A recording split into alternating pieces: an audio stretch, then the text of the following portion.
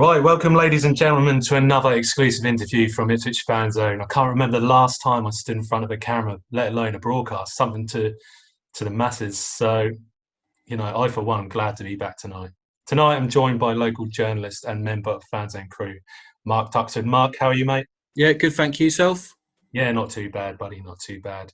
Mark has done some great work so far, bringing you the two-part interview with Jim Chilton and more recently Matt Holland, but both former Ipswich Town captains, as we know. Tonight, our guest does not really need an introduction. This player has played 2,504 minutes of football for Ipswich Town this season, scoring 6 goals. His free kick technique can only be likened to a mixture of both Roberto Carlos and Cristiano Ronaldo. I say he's shooing for player of the season. It's Luke Garbutt. Luke, how are you doing, mate? Yeah, not too bad, mate. How are you? Yeah, plenty well, mate. Plenty well. Looking forward to this interview. Obviously, Mark will be speaking to you about, your origins as a footballer, which have led you, on your path to Ipswich Town. But first of all, Mark, take it away, mate, and then I'll join later. Yeah, so Luke, first and foremost, thanks very much for joining us. Just to start off with, take me through your childhood, growing up, and how your first interaction with football came about. Whether that would be going to games with your parents or watching at home on TV. What were your early memories of the beautiful game? Well, basically, as a child, ever since I was kind of born, my dad was massive into football, and basically, when I was actually the day I was born, he actually came into the room, which was crazy, really, to be honest. But sorry about that. It was just a call that went through. So that was my earliest kind of memory in terms of what my dad had told me. Other memories consist of just, obviously, me and my brother were quite close when we were growing up. We played football a lot, and it was always on my mind and always something that I've been brought up on, really. And it's something that I've loved from an early age. So was there a team that you were supporting when you was growing up and sort of, with your brother watching teams? Yeah, well, I joined Leeds United from the age of 7. So I'm from Harrogate, which is in North Yorkshire, which isn't too far from Leeds. So I'm a boyhood Leeds fan growing up. So ever since I was really little, that was something that I'd always aspired to be. So it was massively instilled in me to wanted to play for Leeds and try and get through the ranks in the academy and try and make it. Yeah, so obviously from your first steps into professional football then, as you say, you came through the youth system at Leeds, obviously before working your way through to the academy at Everton. So as well as representing England at various age levels, what are your memories from that early part of your career then? Yeah, I mean, they're really good memories, to be honest. It was something that I didn't think at the time that much about, because obviously you're just experiencing everything that's going with it, in terms of getting your first England call up and then progressing through the academy at Leeds and playing at various age groups earlier than expected. But looking back at it, I feel as though I achieved great things as a young player, and it's something that I'm proud of, and it's always something that I look back on with fond memories, as I've just alluded to. And I can't thank my family, and especially my dad. He was a massive part to play in that. He pushed me and strived me to be better, and through the academy, there was players that were obviously doing better than me at certain times, and he'd always push me to try and be better than them in training. And that was something that was instilled in me as a young boy and a young player, moving through the ranks. And I think that's how it kind of allowed me to play for my country at various age groups and all the way up until under 21 level, really. So in between going out on loan then, which we'll come on to in a minute, you've represented Everton at first team level, obviously, Premier League, domestic and European Cup competitions. Why do you think personally it's been difficult to hold down a regular place on Merseyside, and what are your memories playing at that higher level with the sort of Premier League and cup competitions? Yeah, it was tough. Everton obviously bought me at the age of 16, and it was kind of a big deal at the time. I moved for relatively big money at the time as well, and I felt in the early parts that the transfer fee and the whole exterior around the transfer may have been a little bit of a burden on me a little bit. It was difficult in the first couple of years, and then it made me grow up. It made me mature as a player and a person. I managed to get through that, and I can't kind of, I don't know how to explain it really, but I can't really think of it in any other way than it making me a better all-round player and an all-round person through those difficulties. And going out on loan was definitely something that helped me along to being a better first team player, and being introduced to the adult game, as it were, made me progress into Everton's first team much better than what it would do if I'd have just kind of carried on at Everton and just played in the reserve team and tried to get through that way. I don't think it'd have been as easy. So having that experience of going out on loan and playing men's football definitely helped me. So yeah, that's the kind of memories of how I feel my Everton experience was had gone really. The loans had definitely helped me have that little stint. Plus, Roberto Martinez at the time believed in me as a player, and I can't thank him enough for the sessions and the way in which he made the team play, and he got the best out of all the individuals at that time. We were definitely a team on the up, and I was fortunate enough to be able to play a few appearances and get that time on the pitch. So yeah, they're good memories, and they're ones that I can look back on with pride, really. Yeah, definitely. So as I say, I'll come on to the individual sort of loan spells that you've had through your career in a minute. But from getting yourself back into that Everton team and playing well, obviously, it must have been difficult to then find yourself out of the team and back out on loan again once again. Was it difficult dropping down a level when the loan opportunities came, or was it just a chance to prove yourself on a consistent basis on the pitch and prove the manager at the time wrong? Yeah, well, at the time, my stock was kind of relatively high. I was playing in the England under 21s. I'd just signed a long-term deal at Everton, and at the time, I was fully confident that I was going to be an Everton player. I was going to be behind Leighton Baines at the time, who was the number one left back, and things were looking good. I had assurances that I was going out on loan to further my career in terms of appearances, because I didn't feel as though I was going to get that much game time at that time at Everton. I'd obviously played a few times in the first team. I was fully in the first team setup, but I didn't feel as though I was getting enough game time. So I wanted to further my career, and I'm not someone that just wants to sit there and just be on the bench or whatever. So I made a decision to go out on loan.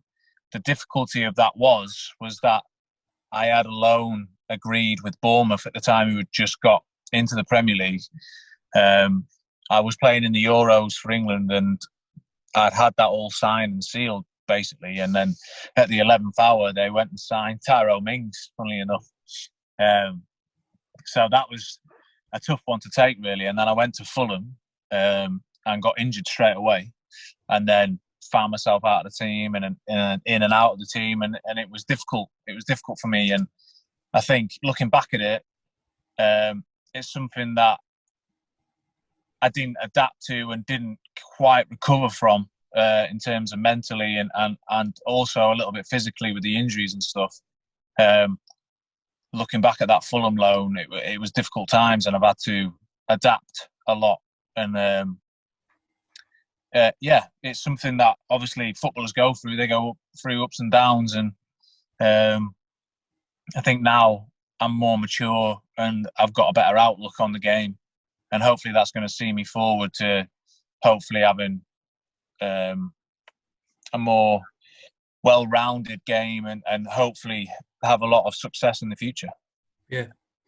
So obviously you're still technically an Everton player with your contract coming towards the end at the end of the season, but having played most of your career out on loan at 6 different clubs, I know you've touched upon it just then, but can you take me through your time at those clubs, maybe, where, you know, from the start, like Cheltenham Town, through to Oxford United, obviously in the middle of there, you had Colchester United as well.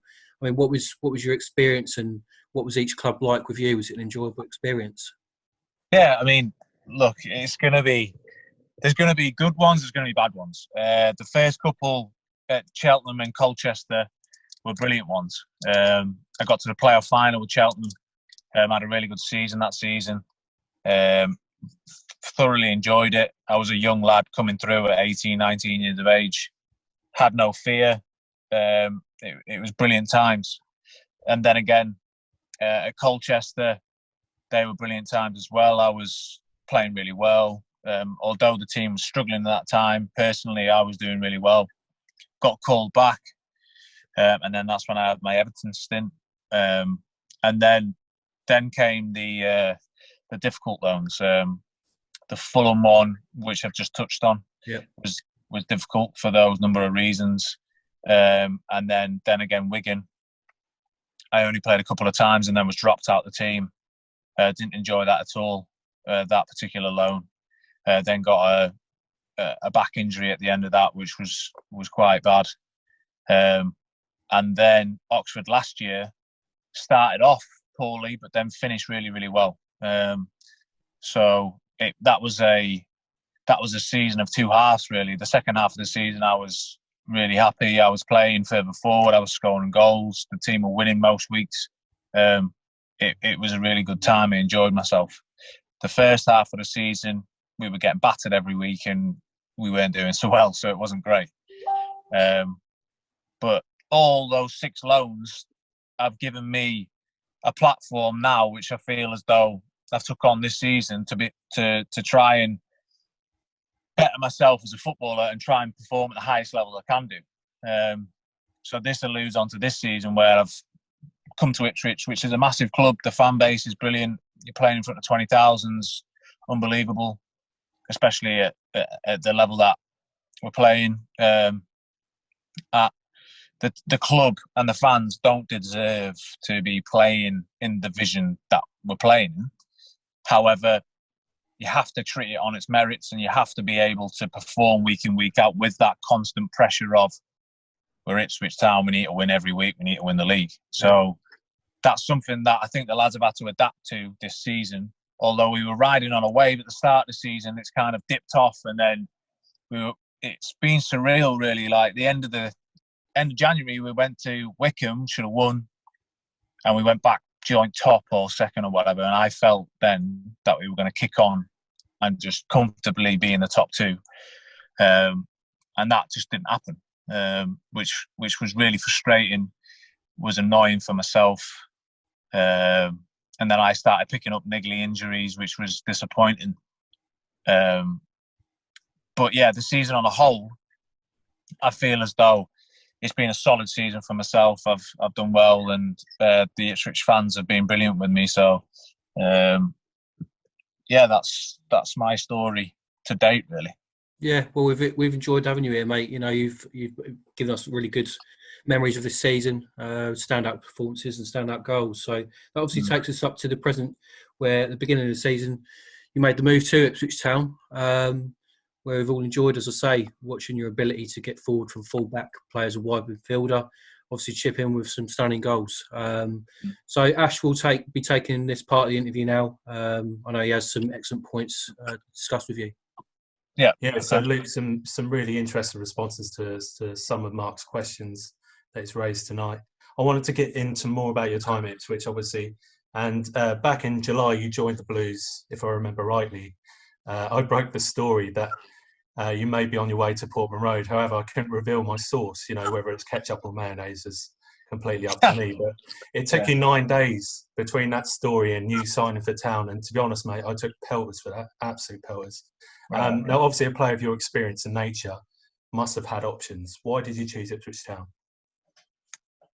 To be fair, I knew about this a few months before, and they were keeping tabs on me when I was playing for Oxford last year. They really liked me as a player, and I just thought from the moment we started discussing the potential move that it just seemed the right fit. The whole, obviously they were coming off a relegation, which isn't the ideal scenario, but the structure of the club, the fan base, the stadium, even the training ground, it's all geared to be a championship club at the absolute worst. And obviously being in League One is a nightmare for a club of this size. But for me, it just fitted perfectly. I felt as though, I'm going to go into a team that's probably going to win most weeks. It's going to be backed by unbelievable fans. The stadium's great. And also, the squad was a good squad. It was a young squad. And I loved what the manager had to say about me and how he's seen me moving forward, really. So the whole move was something that I felt was perfect for me at this moment in time. And that's how the move came about, really. Yeah, it's interesting to hear your side of things. And obviously, at the start of the season, there was a big gap on that left-hand side for a player of your calibre to come in. And to be honest, it's no secret that you hit the ground running this season, scoring your first goal at Burton Albion. I can remember being in the stands for that one, went absolutely mental when that went in. And then obviously a great solo effort against Sunderland as well. I mean, I doubt you've scored a goal like that in your career, but that was incredible. Tell us about the early part of the season and your winning streak that obviously Town went on. Yeah, well, it's funny you should say that. Like the Burton game was a catalyst, I think, for us to have that amazing start. We knew it was a huge game for us to stamp our authority on the league to make sure that the relegation didn't fall into the first 5-6 games of the season. So getting off to a winning start straight away was massive. And I think that performance on that given day was a brilliant away performance. I thought we deserved the victory that day. And that was kind of the catalyst for us moving forward. So that early part of the season was brilliant for both the fans and the players. Obviously, we were slightly unlucky with the Sunderland game because I thought the first half we were outstanding and we should have been 3 or 4 up. We absolutely battered. Yeah, we absolutely battered. We didn't win it, and it was crazy, really. I'd actually, the atmosphere and everything was just amazing at that time. And it was crazy how we made a mistake and it led to their goal, and that was the only shot they had on target in the whole game, which was bizarre.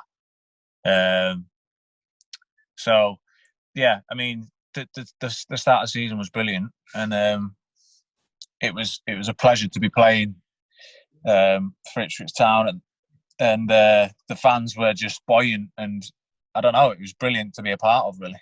Yeah, that August-September period, especially for fans, kind of gave us a taste of what things used to be like. Obviously, being a Town fan for the last 20 years has been a bit rough.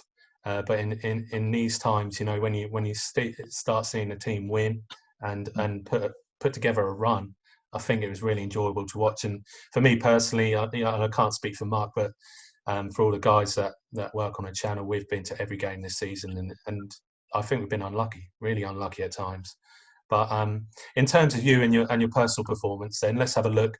This season, you scored 6 goals, including a headed effort against Blackpool. We won't leave that one out, mate. In the league, I'm sure the fans are dying to know what was your favourite, and I don't think it will take too much to hazard a guess.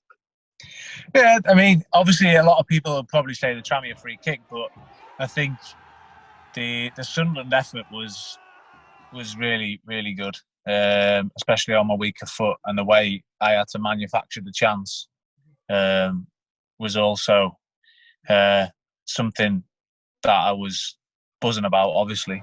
And the whole day was really good because all my family had come down, all my mates, and all that type of thing. So they had a box and everything, and it was good. It was a really enjoyable day. Obviously, the draw wasn't the best result, but for me personally, I scored. But obviously, I came off injured and stuff. But it was a weird day because I'd scored that goal, was playing really well, then had to come off, and then they scored. It was weird, but like from a personal point of view, that Sunderland goal, I think, is possibly better. But I do take great pleasure in watching the Tranmere free kick, I've got to say. Do you know what? I love the Tranmere free kick, but personal favourite has to be Lincoln away. And I know we lost 5-3 that day. Yeah. But when you put that ball in the back of the net, mate, I tell you what, I've never seen anything like it. So we're all on top of each other. It was brilliant. Yeah. It was another good one, to be fair. Yeah, mate, you've got a whip. I'll give you that. You've got a really good whip. Yeah. But look, there is a lot of competition in this squad, especially for the standout Luke. So you've got yourself, Luke Wolfenden, Luke Chambers. On a serious note, though, who do you feel is the most talented player at Ipswich Town at the moment? I'm trying to think now. There's a few really talented players. I think for me, the player that I've felt as though has been an outstanding performer and has got a great future in the game is Flynn Downs. I think he brings a calmness and maturity in the field for someone of his age is crazy, really, to be honest. He's got a massive future in the game if he just keeps his head down and does the right things. He's going places, to be fair. Would you say that you've played with a footballer of his calibre at that age anywhere in your upbringing in football? Obviously, you've played at all levels at England under 21, 19, 18, 17. Going down. Has there been anyone that stood out like Flynn Downs for you? Yeah. I mean, obviously, don't get me wrong. Like Flynn Downs is a great player, and he's going to go on to bigger and better things, I would think. But I played with some outstanding players. Through my time as a young player, I've played basically all the Premier League stars right now. I've played with and been brought up with through the England ranks. So you're talking about Harry Kane, you're talking about John Stones, Ross Barkley. But the pick of them all for me as a young kid growing up was Ravel Morrison. He was just an outstanding talent. For someone that talented to not really fulfill the heights that he did is disappointing, but he was someone that was unbelievable. A perfect example of somebody who hasn't fulfilled his potential because he tried too much too soon. Would you agree? Yeah, but there was also off the pitch issues that a lot of people probably don't know about that he had difficulties with. So they would probably hamper his development a little bit. But yeah, the list goes on in terms of talented players that I've played with. It's been unbelievable. I mean, Will Keane was an unbelievable player coming through, and he was right up there with all of them. And he's been so lucky with injuries with his career that he was another one with unbelievable talent, and the injuries, the horrific injuries he's had through no fault of his own. You know what I mean? Like that's football. Like you get serious injuries and that football can be cruel in that way. You know what I mean? You're destined for great things, and then injuries can curtail that. But for me, Flynn Downs this season's been outstanding, and he has been a consistent performer for Ipswich, and that would be my pick. Yeah, 100% agree. I think the fans would agree as well, listening to this or watching this tonight. We're sitting here now, obviously, in the most unprecedented period in the history of football. Nobody knows what is going on. many fans will be sitting at home feeling disappointed with how the season turned out today. However, with 9 games left, Town was still technically in the hunt for the playoffs. What were your feelings towards the season as it is today? Yeah, it's been disappointing. I can't dress it up any kind of sweeter than that, really, because we were on to a great season, a consistently great season, and then sort of through that Christmas period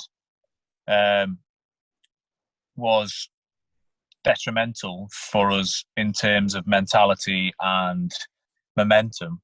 I thought after the Lincoln game, we had a few results that we were getting back on track, and then it all capitulated again, which was really frustrating. And I can't imagine what the fans were going through, especially with the start of the season being so good. Don't get me wrong. Like, I think there was realism to the situation. Like, we weren't going to go 46 games unbeaten and fucking piss the league. Like, there was going to be ups and downs, but you would have thought with the squad that we had that we would have been minimum playoffs comfortably and should have been comfortably in the top 2 for most of the season. So it has been a disappointment overall. If we look back at it, we can say we had a great start, but then, basically we faded off. And especially towards the start of the pandemic, we were struggling a little bit for confidence, and things weren't quite going our way. We were dominating a couple of matches in particular, and then didn't get the goal, and then we get hit with sucker punches and stuff, and yeah, it was difficult. But with 9 games left, we still had the mentality and the belief that something could turn and we could go on a good run again. So from that point of view, like, obviously it's left unknown a little bit, but I think it has been overall, if you do look at it, with the position where we're in, it should not be where Ipswich Town should be in, really. So you've got to look at ourselves and say we didn't do what we're supposed to do. Yeah, I tend to agree with you there. Obviously, it has been a trying season. We knew it was going to be tough, but in terms of how we played as a team, not too many worries with how we played. I think many people that are watching this or listening to this tonight would agree that, it's not through the want of trying that we've not won those games. And being one of those people that has seen every single game in the league this season, I could say we've been fairly unlucky in maybe 2 handfuls of games, but there's been 1 or 2 games where we've not been in it. Yeah, 1 or 2 that we haven't deserved to be in it, for the win or the draw. But to be fair, I think we've just fallen off and been unlucky. And to be honest, there's teams that have just come out of nowhere and just performing and picking up points everywhere. This brings us on to the question now: is there any indication that the league might start again or training might resume? What's going on your side of things? Well, there's not too much information that has been kind of labelled to a start date, but we have been told that we are to resume training on the 16th of May, but obviously that is kind of subject to government guidelines and how they perceive things at that particular point.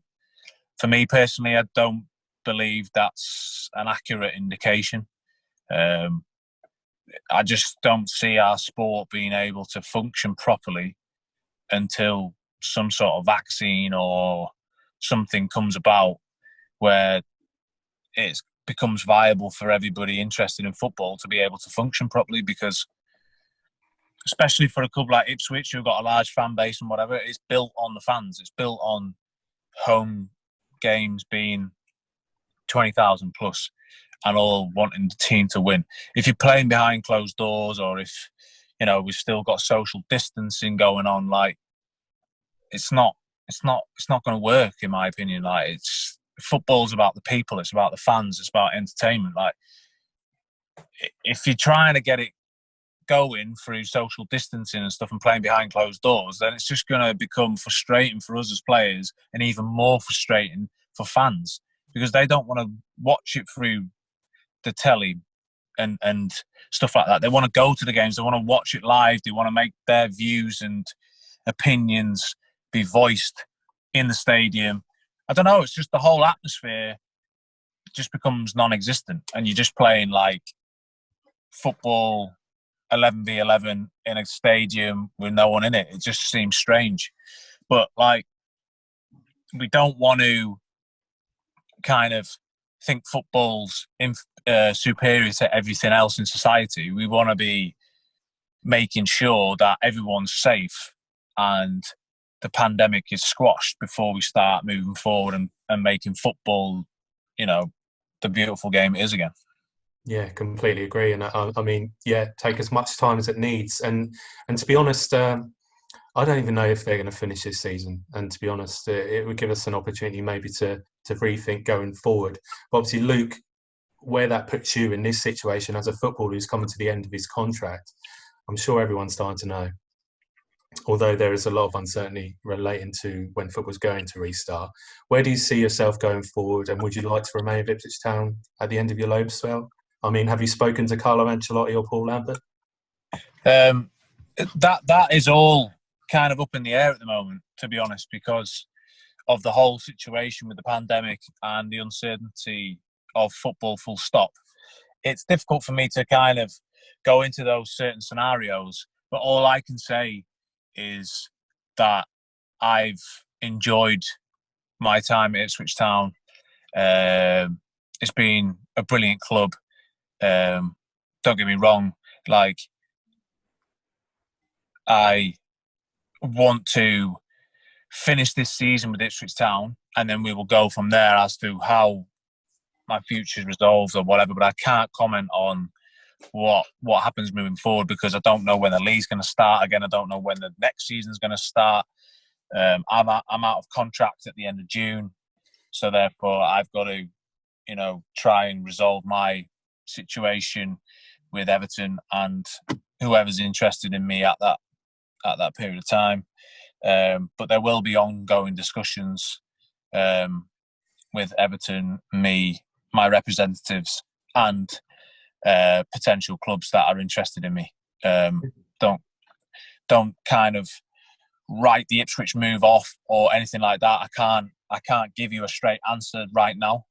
But the club and the fans have been brilliant with me, and I've really, really enjoyed my time at the football club, and I can't thank you guys enough for how it's gone personally for me this season. I'm just disappointed for you guys that, you know, it looks like we're not going to achieve the goal that we set out to achieve. But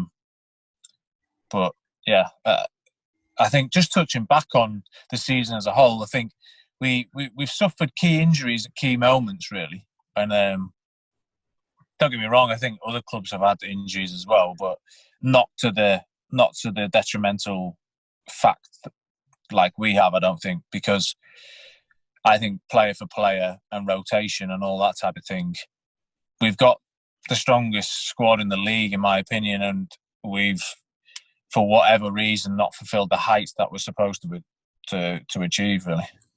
Yeah, I'd agree with that, mate, to be fair. And, you know, from a personal point of view, just to make a point about you as a player, you know, ferociously consistent and an absolutely brilliant player for Ipswich Town this season. Yeah, I'd second that as well.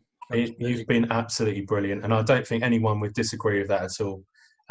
We've enjoyed having you down here, and you probably go down with one of the better loan players that we've had down here. Yeah. And consistency-wise, mate, you've been brilliant, and you've delivered some really good, you know, memories for me this season, and you know, all Ipswich fans. We would really like to see you in Ipswich shirt permanently, but, you know, I know you're not willing to talk about that tonight, but that's your own personal thing, and obviously during this period of time, you must have a lot going on, really, with regards to your contract situation, so we can understand that. But Luke, it's been brilliant having you on tonight, mate. Thank you so much for coming on the channel. I just wanted to finish on one point.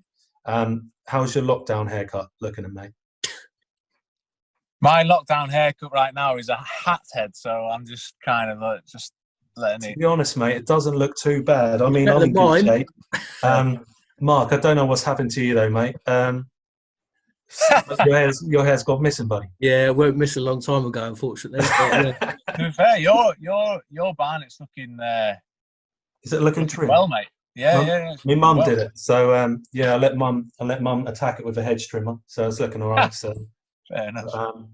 I need to get down. How are you guys getting on in lockdown? Anyways, all right. Yeah, not too bad. Yeah, just trying to get on with things. Really, it's a bit like yourself. You just got to take each day as it comes, I think, and see what happens in the future. But we can only sort of go by what the government tell us, and what happens there, really. So I think we're all in the same position.